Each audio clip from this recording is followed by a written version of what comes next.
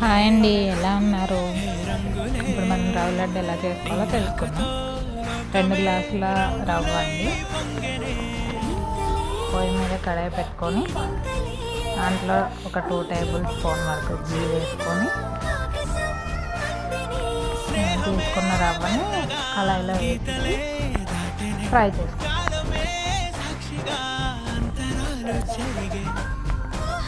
Golden brown వచ్చే వరకు fry చేసుకొని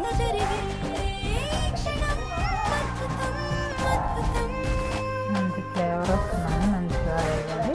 అలాగే 2 గ్లాసుల రవ్వకి 2 గ్లాసుల పంచదార అండ్ అలాగే ఒక ఇలాచీ ఫ్లేవర్ కోసం. ఇప్పుడు మొత్తం రెండింటిని కలిపి మిక్స్ చేసేసుకుంటాం. మంచి కలిసేలాగా పౌడర్ని రవ్వని కలిపి మిక్స్ చేసుకుంటాం. దాంట్లో ఇందులో ఇప్పుడు తగినన్ని పాలని యాడ్ చేసుకున్నాం.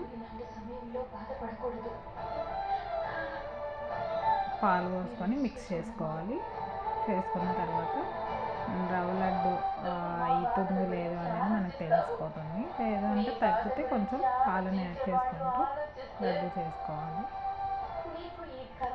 నా దగ్గర డ్రై ఫ్రూట్స్ అవైలబుల్ లేవండి, అందుకని నేను ఇలా ప్రిపేర్ చేసుకున్నాను ఇంట్లో వరకే అని. Thank you.